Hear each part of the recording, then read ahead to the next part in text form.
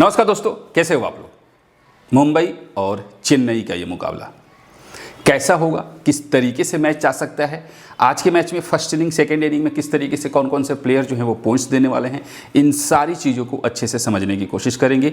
हर एक पॉइंट को मैं समझाऊंगा, बिल्कुल रिस्की टीम बताऊंगा और बिल्कुल रिस्की प्लेयर्स भी आपको सिलेक्ट करने के लिए बताऊँगा। रीज़न बताऊँ, रीज़न ये है कि अगर अब आकर कोई ये कह देता है कि सर मेरे बहुत नुकसान हो गया, तो फिर मैं उनको यही बोलूँगा कि फिर आप गलत कर रहे हो और इसमें अब हमारा कोई दोष नहीं, क्योंकि अब वीडियो मैंने ऑलरेडी डाल दिया है इन सारी चीज़ों पे। 1 मई 2026 से फैंटेसी की अगर हम बात करें, फैंटेसी की दुनिया में completely free to play model चल रहा है। कहीं पे कोई पैसे आपको ना लगाने की ज़रूरत है ना देने की ज़रूरत है, ठीक है, खास तौर से फैंटेसी खेलने के लिए। क्लियर है? तो फ्री में खेलना है। और अब तो ड्रीम 11 ने आपको 1 करोड़ रुपए का फर्स्ट प्राइजेस भी रखा हुआ है। तो हालांकि जो लोग चाहते थे कि 1 करोड़ रुपया हो, तो अब वो हो चुका है। आइए, अब हमें नंबर 1 रैंक तक पहुंचने के लिए किन किन स्ट्रैटेजी को अपनाना पड़ेगा। बिल्कुल रिस्की और कंप्लीट 20 टीम आपको रिस्की, मैं आपको जो है वेबसाइट पे उसकी कॉम्बिनेशन किस तरीके से जा सकती है वो बताऊंगा, ठीक है। मैं यहाँ पर पेड टीम की बात नहीं कर रहा हूँ, मैं यहाँ पे बात कर रहा हूँ कि सैंपल का मतलब हो गया कि फर्स्ट इनिंग सेकेंड इनिंग हर एक चीज़ आपको वहाँ पर लिखा हुआ मिलता है वेबसाइट के ऊपर। कॉम्बिनेशंस के ऊपर मैं बात करता हूँ कि किस किस कॉम्बिनेशन में हमें जाना चाहिए, कैप्टन वाइस कैप्टन कौन हो सकता है, इन सारी चीज़ों पे अभी भी चर्चा करेंगे और आपको वेबसाइट पर भी मिल जाएगा। चलते हैं सीधा स्क्रीन पर और देखते हैं रिकॉर्ड्स क्या कहता है। देखिए, मैच नंबर 33 23 अप्रैल शाम 7:30 यानी आज वानखेड़े स्टेडियम मुंबई के ग्राउंड पर यह मैच होने जा रहा है और बिल्कुल रिस्क लेके खेलना है। मुंबई और चेन्नई के बीच में ये मुकाबला है और रिस्की कैसे होगा आइए देखते हैं। सबसे पहले मुंबई का जो पिच है रेड सोइल है, ठीक है, हाई स्कोरिंग वेन्यू यहाँ पर माना जाता है, लेकिन हम किस तरीके से इसको एनालाइज करेंगे आगे आपको सारी चीज़ें बताऊंगा। सबसे पहले हम लोग मुंबई के साइड से पॉसिबल प्लेइंग 11 देख लेते हैं। इसमें क्विंटन डिकॉक और रोहित शर्मा दोनों ओपन करेंगे। तो रोहित शर्मा अगर आ जाते हैं तो वेल एंड गुड है, नहीं तो फिर आपको हो सकता है कि रिकिल्टन देखने को मिल जाए, या फिर आपको एक खिलाड़ी था दानिश करके था, वो खिलाड़ी आ सकता है। फिर नमनधीर है, सूर्य कुमार यादव, तिलक वर्मा और Hardik Pandya, Sherfane Rutherford, Ashwani Kumar impact player में, मिचेल सैंटनर, क्रिश भगत, जसप्रीत बुमराह और गजनफर। ये मुंबई की साइड से पॉसिबल प्लेइंग 11 आज के मैच में दिखाई दे सकता है। अब अगर हम बात करें यहां से पावर प्ले और डेथ की, तो पावर प्ले के अंदर हार्दिक पांड्या पहला और तीसरा, जसप्रीत बुमराह दूसरा और चौथा, लेकिन हार्दिक पांड्या दूसरा जा सकता है, जसप्रीत बुमराह पहला जा सकता है। ये रोटेशन चेंज होगा। आई होप कि जसप्रीत बुमराह ही फर्स्ट बॉल करे, अश्विनी कुमार 5वां और क्रिश भगत 6ठा ओवर करेगा, एम गजनफर 16 ओवर और हार्दिक पांड्या 17, जसप्रीत बुमराह 18 से 20 और अश्विनी कुमार 19 ओवर करते हुए आपको यहां पर दिखाई देने वाला है। क्लियर है? अब देख लेते हैं चेन्नई की साइड से पॉसिबल प्लेइंग 11 में संजू सैमसन और ऋतुराज गायकवाड़ दोनों ओपन करेंगे, ठीक है। उर्विल पटेल या फिर गुरजन पनीत, ये दोनों एक दूसरे को रोटेशन में लेके आएंगे। क्यों? क्योंकि आयुष मात्रे जो है वो आपको खेलते हुए नहीं दिखाई देने वाला है। क्लियर है? डिवॉल्ट ब्रेविस है, शिवम दुबे है, सरफराज खान है और इसके बाद आपके मैथ्यू शॉर्ट हो गया, जेमी वर्टन है, अंशुल कंबोज है, नूर अहमद है और मुकेश चौधरी है। ये चेन्नई की साइड से पॉसिबल प्लेइंग 11 हो रहा है। आयुष मात्रे पूरे आईपीएल से बाहर हो चुका है चोट इंजरीज की वजह से। अब देखिए पावर प्ले में बात करते हैं, मुकेश चौधरी पहला और तीसरा, अंशुल कंबोज दूसरा और चौथा, ठीक है। गुरजपनीत जो है वो 5वां और मैथ्यू शॉर्ट 6ठा ओवर। डेथ ओवर्स में जेमी ओवर्टन 16 से 19 है और गुरजापनीत, ठीक है, गुरजपनीत जो है वो गुरजपनीत सिंह 17 और अंशुल कंबोज 18 से 20वां ओवर करते हुए दिखाई देने वाला है। चलिए अब हम लोग पूरी स्ट्रैटेजी को अपनाते हैं, ठीक है। पूरी स्ट्रैटेजी को अपनाते हैं तो उसके लिए हमें क्या करना पड़ेगा। सबसे पहले हमें इस स्ट्रैटेजी को अपनाने के लिए सबसे पहला हमारा जो टारगेट होना चाहिए वो ये है कि पिच किस तरीके से बिहेव करेगा, ठीक है। हालांकि रिसेंट पिच का जो अपडेट होगा वो मैं आपको टेलीग्राम पर बता दूंगा, डिस्क्रिप्शन बॉक्स में या पिन कमेंट में लिंक है कि लेटेस्ट पिच जो रिपोर्ट है वो क्या आ रहा है। अब लेटेस्ट पिच रिपोर्ट जो आएगा वो उस टाइम पे हम लोग देख लेंगे, लेकिन फिलहाल अगर हम बात करें कि इस ग्राउंड पर पैटर्न किस तरीके से बनते हैं, तो देखिए ज़्यादातर मैचेज यहाँ पर ऐसा नहीं है कि 200 के रन ही बने हैं। 200 की रन की अगर हम बात करें तो आरसीबी ने 221 बनाया, फिर यहाँ पर आपको केकेआर ने 220 और आरसीबी 240, लास्ट मैच में मुंबई 195 रन बनाई। बहुत सारे ऐसे मैच है, एक एमआई ने भी बनाया था, बहुत सारे ऐसे मैचेस हैं जो लगभग 160 170 भी गए हुए हैं। लेकिन हम विकेट्स की बात करते हैं, ओवरऑल 4 से 8 विकेट फर्स्ट इनिंग में गिरने के चांसेस दिखाई दे रहे हैं। स्पिनर्स को 1 से 3 विकेट के रेशियो में जा सकता है, 1 2 3 यही विकेट मिल सकता है। सेकेंड इनिंग में स्पिनर्स को उतना हेल्प नहीं होगा और ड्यू फैक्टर जब होता है तो उतने ज़्यादा इंपैक्ट नहीं होते, लेकिन दोनों इनिंग्स में फास्टर्स को ज़्यादा हेल्प है। सेकेंड इनिंग में यहां पर डिफेंड भी हो सकता है और चेस भी हो सकता है, ठीक है। डिपेंड करता है रन फर्स्ट इनिंग में कितना बना और सेकेंड इनिंग में टीम कौन सी खेल रही है, और जो टीम सेकेंड इनिंग में खेल रही है उसमें सेकेंड इनिंग में परफॉर्मिंग करने वाले कितने प्लेयर्स हैं, इसके ऊपर डिपेंड करता है, मतलब डिपेंड करता है, ठीक है। तो डिफेंड होगा कि नहीं होगा ये डिसाइड करेगा टॉस, मैं क्लियर आप शब्दों में आपको बता रहा हूं, ठीक है। लेकिन फिर भी उम्मीद यही है कि मुंबई का ग्राउंड है, मुंबई को फेवर करेगा, मुंबई की एनर्जी, तो मुंबई को टॉस जीतना चाहिए और टॉस जीतकर वो सिंपल मेरे हिसाब से वो लोग जो है वो बॉलिंग चूज करने वाले हैं, ठीक है। तो अगर उस केस में हम जाते हैं तो फिर मुंबई जो है ये रन जो है यहां पर चेस कर सकती है, 210 तक का भी आंकड़ा ये लोग चेजिंग यहां पे हो सकता है, क्लियर है, कोई दिक्कत नहीं। लेकिन अगर चेन्नई सेकंड जाती है तो चेजिंग की संभावना थोड़ी सी कम दिख रही है। अब आइए फर्स्ट इनिंग की बैटिंग ऑर्डर की बात करें तो हमें, अगर हम बात करें कि कैप्टन वाइस कैप्टन सबसे पहले जो चॉइस होती है, पहला जो ज्यादातर ग्रैंड लीग की टीम जो है ना वो तहस नहस कौन करता है, एक होते हैं टॉप 3 के प्लेयर, ठीक है, यानी कि ओपनर्स और नंबर 1, ये 3 जो खिलाड़ी होते हैं ना वो डिसाइड कर देते हैं कि आपकी जो टीम है वो नंबर 1 रैंक तक जा रही है या नहीं जा रही है, ठीक है।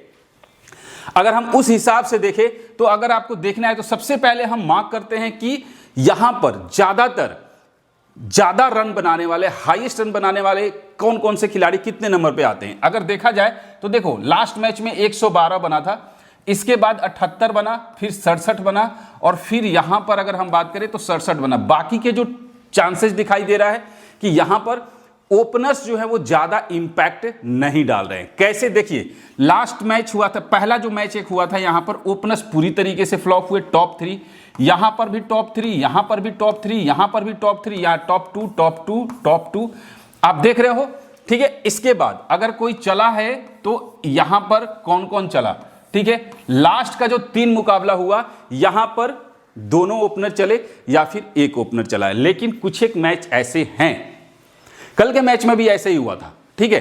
तो कहने का मतलब है कि ये जो पैटर्न दिखाई दे रहा है, पैटर्न हमारे को ये कह रहा है कि यहां पर बिल्कुल मिक्स चीजें हैं जो दिखाई दे रही हैं। अब अगर मान के चलो कि संजू सैमसन और ऋतुराज गायकवाड़, चेन्नई की टीम अगर बैट फर्स्ट करती है, यहां पर आयुष मात्रे के जगह पे यहां पर उर्विल पटेल होगा, ठीक है, तो क्या लगता है संजू सैमसन और गायकवाड़ दोनों फर्स्ट इनिंग में अच्छा खेलेंगे। हालांकि संजू सैमसन फर्स्ट इनिंग में अच्छा खेलता है, तो ये भी देखना पड़ेगा कि सामने वाली जो टीम है उसमें कौन कौन से बॉलर हैं, वो भी मैं आपको आगे बताऊंगा। तो ओवरऑल अगर हम कंडीशन को देखें तो यहां पर टॉप 3 में से कम 1 प्लेयर या 2 प्लेयर के साथ हमें जाना चाहिए। 4 नंबर का जो खिलाड़ी है वो यहां पे ज्यादातर अच्छा परफॉर्मेंस करके जा रहा है। देखिए 64, 53, 54, 84, 34, 58, लास्ट के जो 4 मुकाबले हुए यहाँ पे टॉप 4 नंबर का जो खिलाड़ी है वो अच्छा परफॉर्मेंस करके जा रहा है। और अगर चेन्नई बैट फर्स्ट करती है तो फिर मैथ्यू शॉट इंपॉर्टेंट हो जाएगा, और अगर मुंबई बैट फर्स्ट करती है तो सूर्य कुमार यादव या फिर तिलक वर्मा, इन दोनों में से कोई एक इंपॉर्टेंट होगा। बैटिंग पैटर्न आपके सामने है। अगर आप रिस्क लेना चाहते हो, चेन्नई की टीम बैटिंग फर्स्ट करती है, सब लोग संजू सैमसन गायकवाड़ के साथ जाएंगे, आप उनको टीम से ड्रॉप करो। रिस्क लेना है तो ड्रॉप कर दो, ठीक है। और अगर यहां से मुंबई बैट फर्स्ट करती है तो सब लोग क्विंटन डिकॉक और यहां पर रोहित शर्मा के साथ जाएंगे, यहां पर कुल एक के साथ जा सकते हो, दोनों पे थोड़ा सा रिस्क हो सकता है। क्लियर है। अब हम लोग सेकेंड इनिंग को देखते हैं कि सेकेंड इनिंग में जो परफॉर्मेंस है वो किस तरीके से बाहर निकल के आ रहा है। अगर उसको ध्यान से देखा जाए तो क्या ओपनर्स चल रहे हैं, तो देखो 80, 37, 81, 78, 61, 62, 60 और फिर यहां पे 76, यहां पे 62, मतलब साफ है दोस्त। यानी कि अगर सबसे पहले कैप्टन चॉइसेस में जाना है तो टॉप 3 के प्लेयर्स, ज्यादातर सेकेंड इनिंग के जो टॉप 3 के प्लेयर्स हैं उनके ऊपर पहला रिस्क ले सकते हो आप, कैप्टन और वाइस कैप्टन की। और फर्स्ट इनिंग से जो इंपॉर्टेंट होगा, जिसका वेन्यू पे रिकॉर्ड अच्छा होगा, जिसका एनर्जी अच्छा होगा, जिसका हेड टू हेड का रिकॉर्ड अच्छा होगा, वो ओपनर जो है वो यहां पर अच्छा कर सकता है कैप्टन वाइस कैप्टन में। ठीक है, तो यहां पर सेकेंड इनिंग में थोड़ा सा इंपैक्ट जो है वो हमें देखने को मिल रहा है, लेकिन फिर भी मैं बोल रहा हूं कि सेकेंड इनिंग में ऐसे मैचेस भी हुए हैं जहां पर टीम कोलैप्स होकर गई है और ओपनर्स नहीं चले हैं। लास्ट के 2 मुकाबलों को अगर ध्यान से देखा जाए तो यहां पर दोनों ओपनर में से एक ही ओपनर अच्छा परफॉर्मेंस किया है, बाकियों का कुछ खास एवरेज नहीं दिखाई दे रहा है। और सेकेंड इनिंग में आपको इंपैक्ट जो है वो 3-4 में से कोई एक और 5-6 में से कोई एक, यानी कि नंबर 6 तक की बैटिंग जो है वो जा सकती है। फर्स्ट इनिंग में टॉप 5 तक का परफॉर्मेंस दिखाई देता है, लेकिन सेकेंड इनिंग में टॉप 6 खिलाड़ी, मतलब 6 खिलाड़ियों में से कम 3 खिलाड़ी ऐसे हैं जो बेहतर परफॉर्मेंस करके जाएंगे। क्लियर है, ये यहां पर आपको पैटर्न दिखाई दे रहा है। अब अगर हम बात करें फर्स्ट इनिंग की बॉलिंग ऑर्डर की, किस तरीके से बॉलिंग होता है। अब देखो, जैसे कि मैंने बोला कि मान लो कि वहां से ऋतुराज गायकवाड़ और संजू सैमसन बैटिंग करते हैं, तो सामने कौन होगा? सामने होगा जसप्रीत बुमराह, सामने होगा हार्दिक पांड्या, सामने होगा अश्विनी कुमार, सामने होगा कुमार भगत। तो ये जो खिलाड़ी हैं, ये बॉलर हैं, ये कितना इंपैक्ट डालेंगे कि वो लोग चले, क्योंकि देखो अगर ओपनर्स अच्छा खेलते हैं दैट मीन्स कि वो डोमिनेट करते हैं पावर प्ले के बॉलर्स को। क्लियर है, अगर पावर प्ले के बॉलर जो है वो डोमिनेट कर देते हैं तो सिंपल सी बात है कि ओपनर्स गेम से बाहर हो जाएंगे। क्लियर है, तो वो सिचुएशन है। अब अगर हम उस कंडीशन में देखें तो क्या लगता है कि यहां पर सबसे ज्यादा किसका इंपैक्ट जो है वो ज्यादा दिखाई दे रहा है? सबसे पहले हम बात करते हैं लेफ्ट आर्म ऑर्थोडॉक्स की, जहां पर ज्यादातर टाइम पर या तो 1 विकेट मिल रहा है या फिर नहीं मिल रहा है, एक बार सिर्फ 2 विकेट मिला। क्लियर है, फास्टर्स की बात करें तो लगभग मैचेस के अंदर आपको 2 विकेट तो मिल ही रहा है फास्टर्स को, 2 विकेट तो कंफर्म है कि 2 विकेट मिल रहा है। लेकिन कई बार ऐसा हमें देखने को मिला है कि कुछ एक मैचेस ऐसे भी हैं जहां पर 3-3 विकेट 4-4 विकेट फास्टर्स को मिले हैं। तो हमें एक फास्ट बॉलर, और ये भी देख लीजिए ऐसा नहीं है कि हर मैच में 2-2 विकेट लेने वाले फास्टर्स हैं, एक ही बॉलर जो है जो 3 से 4 विकेट भी लेके जा रहा है और एक बॉलर बाकी जो बॉलर है एक विकेट का रेशियो रह रहा है। अब अगर हम स्पिनर्स की बात करें, लेग स्पिनर की बात करें तो देखो 3 विकेट एक बार, बाकी के टाइम पर 1 विकेट। सिंपल सा रूल है कि स्पिनर्स को ड्रॉप करो और फास्टर्स 1 से 2 फास्टर्स के साथ जाओ। हो सकता है कि कोई 3 से 4 विकेट लेके जाए, कोई 2 विकेट लेके जाए, ये कॉम्बिनेशन जो है बन सकता है फर्स्ट इनिंग में। ठीक है, अब यहां से जैसे जसप्रीत बुमराह हो गया, हार्दिक पांड्या हो गया, अब रिस्क की पिक में होगा अश्विनी कुमार और कुमार भगत। अश्विनी कुमार को लास्ट मैच में विकेट अच्छा मिल गया था, इस मुकाबले में 1 से 2 विकेट तक जा सकता है। क्लियर, सेम कंडीशन आपको वहां भी दिखाई दे रहा है। अब आइए बात कर लेते हैं बॉलिंग सेक्शन में। बॉलिंग सेक्शन मतलब सेकेंड इनिंग में, सेकेंड इनिंग में क्या हो रहा है? 2-3-2-3-4-3-2। इसके बाद लास्ट में देखा जाए तो विकेट जो है वो लास्ट में नहीं मिला हुआ है, ज्यादातर ना के बराबर है। लेकिन इससे पहले 3-3 4-4 विकेट भी सेकेंड इनिंग में फास्टर्स लेकर गए हुए हैं। हमें बॉलर्स पर फोकस करना पड़ेगा। पिछला जो 2 मैच हुआ है, जैसे कि लास्ट मैच जो हुआ उसमें बॉलर डोमिनेटेड मैच था, बॉलर्स जो है वो डोमिनेट किए ज्यादा, विकेट्स किसको मिला? बॉलर्स को, उससे पहले बॉलर्स को। हो सकता है कि ये जो मैच है ये बैट्समैन के तौर पर निकल कर आए, यानी कि बैट्समैन जो है वो डोमिनेट करके जाए, और उस केस में हमें चीजें थोड़ी सी यहां पर सोचना पड़ेगा। सेकेंड इनिंग में लेफ्ट आर्म ऑर्थोडॉक्स 1 से 3 विकेट में जा सकते हैं। ठीक है, सेंटेनर जैसे खिलाड़ी जो है वो 4 विकेट 2 विकेट दिखाई दे रहा है, 3 विकेट भी दिखाई दे रहा है। कहने का मतलब है 1 से 3 विकेट में सेंटेनर जैसे खिलाड़ी इंपॉर्टेंट हो सकते हैं। गजनफर की बात करें तो ये भी 1 से 2 विकेट तक जा सकता है। तो सेकेंड इनिंग में थोड़ा सा मिक्सअप है, देखना पड़ेगा कि अगर मुंबई की टीम बॉलिंग करती है, बैटिंग करती है सेकेंड इनिंग में, तो हमें फिर फास्टर्स के ऊपर फोकस रखना पड़ेगा, और अगर चेन्नई जा रही है तो स्पिनर और फास्टर का कॉम्बो हमें तैयार करना पड़ेगा। क्लियर है, अब देखिए, अब देख लेते हैं यहां से, जैसे कि मैंने कल के मैच में भी बोला था, फिर से बोल रहा हूं, ये 5 खिलाड़ी हैं, ठीक है, जो कि आपको आज के मैच में ये रिस्की पिक में आज के मैच में होने वाले हैं। ठीक है, कौन कौन है? पहला है संजू सैमसन, दूसरा है ऋतुराज गायकवाड़, तीसरा है सूर्य कुमार यादव, चौथा है हार्दिक पांड्या और 5वां है जसप्रीत बुमराह। कि इनको हमें एक बात समझ लीजिएगा कि अगर आप फैंटेसी की टीम बना रहे हो तो इन 5 को आपको एक ही टीम में लेकर नहीं जाना है, मतलब कि कम से कम दो मैक्सिमम 3 खिलाड़ी को ही आपको अपने टीम में रखना है, बाकी 2 को टीम से ड्रॉप करना है। रिस्क लेना है, नंबर 1 तक पहुंचना है, तो ये काम करना पड़ेगा। क्लियर है? अब अगर हम देखें कि कौन से खिलाड़ी का परफॉर्मेंस कैसा हो सकता है मेरे अकॉर्डिंग, ठीक है, कि कैसा हो सकता है, ये गलत भी हो सकता है, सही भी हो सकता है, ये एक एनालिसिस है, ये कैलकुलेटेड डेटा है, ठीक है, ये कोई प्रैक्टिकल डेटा नहीं है कि इतना ही होगा, लेकिन इसके अनुमान हम लगा के चल रहे हैं। ठीक है, तो संजू सैमसन की बात करें, फर्स्ट इनिंग होता है तो 35 से 75 के आसपास में पॉइंट्स हो सकता है, क्योंकि फर्स्ट इनिंग में संजू सैमसन थोड़ा सा अच्छा खेलता है। ठीक है, सेकेंड इनिंग में 25 से 55 जा सकता है, लेकिन कंक्लूजन क्या है कि ये एक रिस्की प्लेयर होगा।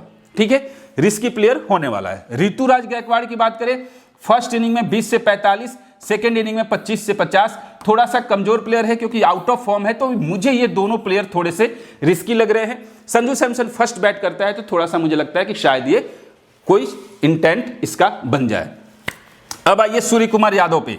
ठीक है, 70 से 120 पॉइंट फर्स्ट इनिंग में, 50 से 85 सेकेंड इनिंग में, टॉप प्लेयर हो सकता है आज के मैच में। हार्दिक पांड्या 45 से 80 और सेकेंड इनिंग में 60 से 95 पॉइंट, सेकेंड इनिंग में स्ट्रांग होने वाला है। और जसप्रीत बुमराह दोनों इनिंग्स में लगभग बराबर है, फर्स्ट इनिंग में थोड़ा सा इंपैक्ट हो सकता है, तो जसप्रीत बुमराह का पॉइंट्स जो है वो थोड़ा सा ज्यादा दिखाई दे रहा है संजू सैमसन और ऋतुराज गायकवाड़ से, तो मुझे लग रहा है कि थोड़ा सा वो इंपैक्ट जो है वो इनके ऊपर नहीं पड़ने वाला है। इंपैक्ट पड़ेगा बुमराह के ऊपर, पांड्या के ऊपर, और इंपैक्ट पड़ेगा बॉलर्स के ऊपर। ठीक है, तो ये समझ लिए कि इनमें से कम हमें 2 को हटाना है, मैक्सिमम 3 खिलाड़ी को ही अपने टीम में यहां से पिक करना होगा। अब हम लोग देख लेते हैं थोड़ा सा दूसरा क्या है, बैटिंग सेक्शन को। बैटिंग सेक्शन और ऑलराउंडर सेक्शन में थोड़ा सा देखा जाए तो यहां पे है तिलक वर्मा, ब्रेविस, रदरफोर्ड, नमन धीर, शाहरुख खान, सरफराज खान और मालेवर और एम शॉट। मालेवर के जगह पे आ जाएगा रोहित शर्मा। इसका डिटेल मैं आपको वेबसाइट पे भेज दूंगा या फिर टेलीग्राम पर भेज दूंगा रोहित शर्मा का। क्लियर है? अब जरा देखते हैं तिलक वर्मा फर्स्ट इनिंग में 45 से 80, सेकेंड इनिंग में 60 से 100, सेकेंड इनिंग में इंपैक्ट इसका हो सकता है। डिवॉल्ड ब्रेविस फर्स्ट इनिंग में 55 से 95, अटैकिंग प्लेयर है। अगर चेन्नई फर्स्ट बैट करती है तो ब्रेविस जो है वो थोड़ा सा इंपॉर्टेंट खिलाड़ी होगा। और रदरफोर्ड की बात कर लेते हैं तो ये फर्स्ट बैट अगर होता है तो इंपैक्ट डालेगा, लेकिन मीडियम इंपैक्ट है, कुछ ज्यादा हाईएस्ट मुझे नहीं दिखाई दे रहा है। नमन धीर का फर्स्ट इनिंग में 25 से 55 है और सेकेंड इनिंग में 30 से 60 है, एवरेज प्लेयर हो सकता है। सरफराज खान फर्स्ट इनिंग में 30 से 65 और सेकेंड इनिंग में 35 से 60, डिसेंट है, ठीक ठाक परफॉर्मेंस करके जा सकता है। दानिश मालेवार की बात करें, अगर रोहित शर्मा आ जाता है तो ठीक है, नहीं तो ये तो ऐसे भी फ्लॉप है। मैथ्यू शॉट इंपॉर्टेंट प्लेयर हो सकता है, ठीक है, स्टेबल ऑलराउंडर होगा क्योंकि बैटिंग और बॉलिंग दोनों करेगा। तो यहां से जो प्लेयर मुझे थोड़े से इंपॉर्टेंट लग रहे हैं वो है डिवॉल्ड Brevis, Tilak Varma, Matthew Short. ये 3 जो प्लेयर हैं मुझे थोड़े से इंपॉर्टेंट लग रहे हैं। बाकी एवरेज पीक में आप सरफराज खान और रदरफोर्ड इन दोनों के साथ जा सकते हो। क्लियर है? अब देखो नेक्स्ट हम ऑलराउंडर सेक्शन पे आते हैं कि कौन कौन है। यहां पर फिर बचता है जेमी ओवर्टन, शिवम दुबे और मिचेल सेंटेनर। ओवर्टन की बात करें, फर्स्ट इनिंग में 40 से 80 दिखाई दे रहा है, सेकेंड इनिंग में 45 से 85, बैलेंस्ड खिलाड़ी है, हो सकता है 1 विकेट और 10-15 रन बना दे। शिवम दुबे फर्स्ट बैट में 55 से 95 पॉइंट दिखाई दे रहा है, सेकेंड इनिंग में 40 से 70, फर्स्ट इनिंग में हिटिंग अच्छा कर सकता है। और मिचेल सेंटेनर की बात करें तो सेकेंड इनिंग में इंपॉर्टेंट होगा, 55 से 90, सेकेंड इनिंग में इसकी वैल्यू होगी, यानी कि सेकेंड बॉल अगर मुंबई जाती है तो फिर सेंटेनर इंपॉर्टेंट होगा। फर्स्ट बॉल में मुझे लगता है थोड़ा सा रिस्की होने वाला है। अब देख लेते हैं यहां पर नेक्स्ट बॉलर्स बचते हैं, बुमराह, गजनफर, नूर अहमद, अंशुल कंबोज, अश्वनी कुमार, मुकेश चौधरी, जी सिंह और भगत, ये खिलाड़ी बचते हैं। अब इन खिलाड़ियों का क्या रेशियो लग रहा है? जसप्रीत बुमराह फर्स्ट इनिंग में पॉइंट है 65 से 110, सेकेंड इनिंग में 50 से 80, टॉप बॉलर हो सकता है। फर्स्ट बॉल अभी पिछले मैच में इसने 1 विकेट लिया था 4-5 मैच में पहली बार, ठीक है, तो थोड़ा सा हो सकता है रिदम में अब ये वापस आ जाए। गजनफर की बात कर लेते हैं, फर्स्ट इनिंग में थोड़ा सा मीडियम खिलाड़ी हो सकता है। नूर अहमद सेकेंड बॉल अगर जाती है टीम चेन्नई तो थोड़ा सा इंपॉर्टेंट हो सकता है। अंशुल कंबोज दोनों ही इनिंग्स में 1 से 2 विकेट का रेशियो हो सकता है, एवरेज प्लेयर होगा।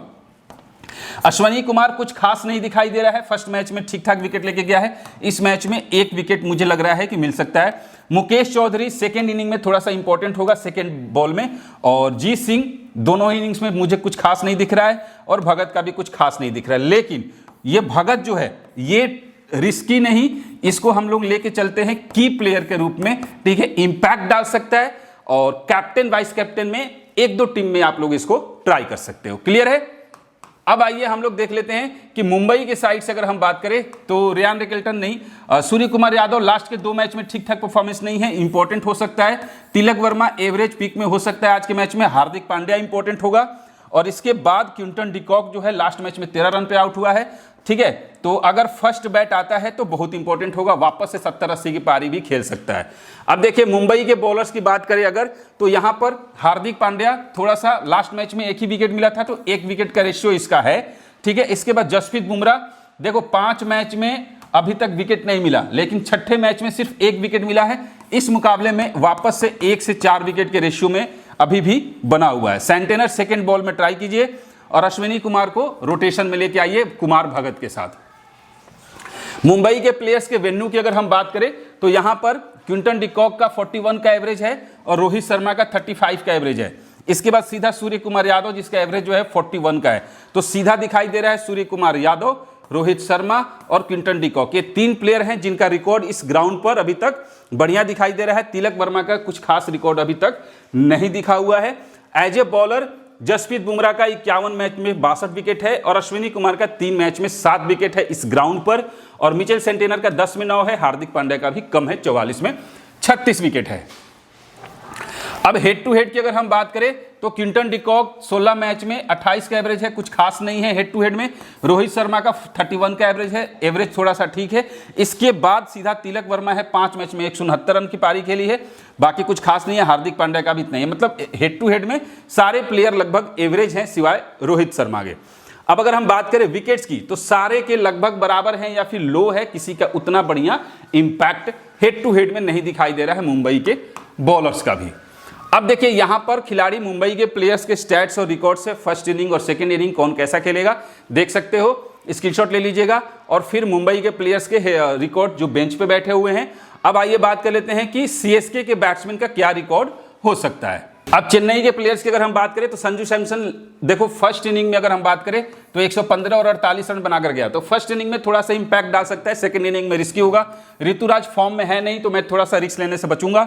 मैथ्यू शॉट ऑलराउंडर सेक्शन में है तो ठीक ठाक परफॉर्मेंस करके जा सकता है। शिवम दुबे की प्लेयर हो सकता है आज के मैच के लिए, तो थोड़ा सा इसके ऊपर फोकस कीजिएगा। डी ब्रेविस आपको इंपॉर्टेंट होने वाला है, तो डी ब्रेविस, शिवम दुबे, ये 2 प्लेयर जो है वो इंपॉर्टेंट है। एवरेज पिक में आप लेके जा सकते हो सरफराज खान को ऋतुराज गायकवाड़ के साथ। संजू सैमसन को ड्रॉप करो, अगर रिस्क लेना होगा तो मैथ्यू शॉट को लेकर जाओ। क्लियर है? अब यहां से बात करें सीएसके के बॉलर्स की अगर हम बात करें तो देखो नूर अहमद लास्ट मैच में विकेट नहीं मिला है, ठीक है, तो 1 से 2 विकेट के रेशियो में जा सकता है। जेमी ओवर्टन भी एवरेज होगा। मैथ्यू शॉट थोड़ा सा एवरेज से ज्यादा होने वाला है। और यहां से अगर हम बात करें तो मुकेश चौधरी के साथ आप लोग जा सकते हो, और कुछ खास मुझे दिख नहीं रहा है। अंशुल कंबोज भी लास्ट, मतलब यहां पर विकेट मुझे लग रहा है 0 से 2 विकेट के रेशियो में सारे बॉलर है। 0 से 2 विकेट के रेशियो में सारे बॉलर यहां पर मुझे दिख रहे हैं चेन्नई के। अब अगर हम बात करें चेन्नई के प्लेयर्स का वेन्यू पर तो ऋतुराज का 32 का एवरेज है और संजू सैमसन का 38 का एवरेज है। यही 2 प्लेयर हैं जिनका एवरेज इस ग्राउंड पर अच्छा है, बाकियों का कुछ खास नहीं है। एज ए बॉलर किसी का रिकॉर्ड बढ़िया नहीं है सिवाय मुकेश चौधरी का, जो कि एवरेज है हर मैच में 1 विकेट का। अगर हम बात करें चेन्नई के हेड टू हेड का तो सिवाय ऋतुराज गायकवाड़ का और किसी का बढ़िया नहीं है। एक है शिवम दुबे जिसका 35 का एवरेज है। तो हेड टू हेड में जो 2 प्लेयर हैं वो दिखाई दे रहे हैं, गायकवाड़ और शिवम दुबे। संजू सैमसन का मात्र 29 का एवरेज है। ठीक है, ठीक है। अब यहां से अगर हम बात करें बॉलर्स का तो एक ही बॉलर है जो कि इंपैक्ट डालता है और वो है मुकेश चौधरी। 2 मैच में 6 विकेट लेके गया और एक नूर अहमद है। क्लियर? अब हम लोग थोड़ा सा देख लेते हैं कि चेन्नई के जो प्लेयर्स हैं उनका स्टैट्स रिकॉर्ड्स क्या कहता है, आपके सामने दिखाई दे रहा है, स्क्रीनशॉट ले लीजिए। और इसके बाद चेन्नई के जो प्लेयर हैं बेंच पे जो बैठे हुए हैं उनके रिकॉर्ड आपके सामने दिखाई दे रहा है, इनका स्क्रीनशॉट ले लीजिएगा। अब प्लेयर बैटल की बात करें तो संजू सैमसन को बुमराह ने 13 इनिंग्स में 2 बार, सेंटेनर ने 2 इनिंग में 2 बार, ट्रेंट बोल्ट ने 8 इनिंग में 3 बार, हार्दिक पांड्या ने 9 इनिंग में 2 बार आउट किया। ठीक है, वहीं पर ऋतुराज को ट्रेंट बोल्ट ने 5 इनिंग में 3 बार आउट किया है। MS धोनी को ट्रेंट बोल्ट ने 9 इनिंग में 2 बार, जसप्रीत बुमराह ने 16 इनिंग में 4 बार और शिवम दुबे को 7 इनिंग में 3 बार आउट किया है जसप्रीत बुमराह ने। नमन धीर को नूर अहमद ने 1 इनिंग्स में 1 बार और सूर्य कुमार यादव को नमन धीर ने 4 इनिंग में 2 बार आउट किया है और हार्दिक पांड्या को जेमी ओवर्टन ने 3 इनिंग में 3 बार आउट किया है और क्विंटन डिकॉक को मैथ्यू शॉट ने 4 इनिंग में 2 बार आउट किया है। अब आते हैं पॉइंट्स। प्रोजेक्टेड जो पॉइंट्स है फिलहाल सारे प्लेयर्स का एक साथ मर्ज करके रखा गया है। तो यहां पर देखिए रोहित शर्मा एवरेज पिक में दिखाई दे रहे हैं 45 से 70 पॉसिबल फैंटेसी पॉइंट्स की अगर हम बात करें। हार्दिक पांड्या का एक थोड़ा सा इंपॉर्टेंट दिखाई दे रहा है, दूसरा सूर्य कुमार यादव, तीसरा जसप्रीत बुमराह। लेकिन ध्यान रखिएगा कि अगर ये तीनों प्लेयर आते हैं, याद रखिएगा जो मैंने बोला था 5 प्लेयर का लिस्ट आपको दिया है, तो उसमें से अगर ये तीनों प्लेयर अगर आप टीम में लेके जाते हो तो ये दिमाग में रख लेना कि फिर संजू सैमसन और ऋतुराज गायकवाड़ पे बहुत बड़ा रिस्क होगा, वो फिर आउट ऑफ कवरेज एरिया जा सकते हैं। तिलक वर्मा का ज़्यादा एवरेज नहीं दिखाई दे रहा है। क्विंटन डिकॉक का 45 से 75 सीवीसी के फिलहाल नहीं दिखाई दे रहा है। ट्रेंट बोल्ट खेलेगा देखिएगा। शार्दुल ठाकुर, रिकेल्टन, रदरफोर्ड की अगर हम बात करें 45 से 80 है। नमन धीर का 20 से 40 है और बाकी खिलाड़ी का है नहीं फिलहाल। बाकी खिलाड़ी का रिकॉर्ड मैं आपको टेलीग्राम पर भेज दूंगा। क्लियर है? यहाँ से 4 प्लेयर हैं जो ठीक ठाक मुझे परफॉर्मेंस करते हुए दिखाई दे रहे हैं। अब अगर हम बात करें प्रोजेक्टेड फैंटेसी पॉइंट्स चेन्नई के साइड से, तो संजू सैमसन की बात कर लेते हैं। 20 से 35 रन ही है सिर्फ, 40 से 65 पॉइंट। ऋतुराज गायकवाड़ का 55 से 80 पॉइंट दिखाई दे रहा है। और मैथ्यू शॉट की बात करें 35 से 60 पॉइंट दिखाई दे रहा है। और इसके बाद शिवम दुबे 60 से 95 ज़्यादा दिखाई दे रहा है। और फिर जेमी ओवर्टन का भी ज़्यादा दिखाई दे रहा है। नूर अहमद का थोड़ा सा ज़्यादा दिखाई दे रहा है। और इसके बाद अंशुल कंबोज जो है वो 25-50 का ही दिखाई दे रहा है। ठीक है, बाकी प्लेयर ये पुराने वाले रिकॉर्ड पे था कि तो थोड़ा सा अब जो टीम जो है वो चेंज नहीं की है, तो मैं इस पॉइंट सिस्टम को, हालांकि पहले आपको सारा बता दिया, एक एक प्लेयर्स का डिटेल आपको बता दिया। एक रोहित शर्मा का डिटेल आपको नहीं बताया है, वो भी मैं टेलीग्राम पर भेज दूंगा। वेबसाइट पर भी अपडेट कर दूंगा www.grandleagueexpert.com के ऊपर, और वहाँ पर आपको जीएल के कॉम्बिनेशंस के ऊपर भी मैं आपको सैंपल दिखा दूंगा कि क्या जीएल की जो कॉम्बिनेशन है वो होगी। और जब टॉस होने के बाद जब प्लेयर्स चेंज होते हैं, तो मान लो जिस प्लेयर्स को हटाकर जिस प्लेयर को लेकर आया गया है उसी प्लेयर को वहाँ पर आपको डालना है, सिंपल। इससे ज़्यादा आपको रिस्क नहीं लेना है। क्लियर है? तो आई होप आप बात समझ गए होंगे। और अगर वीडियो और एनालिसिस अच्छी लगती है तो लाइक कीजिए, सब्सक्राइब कीजिए। मिलते हैं फिर नेक्स्ट वीडियो में, तब तक के लिए जय हिंद।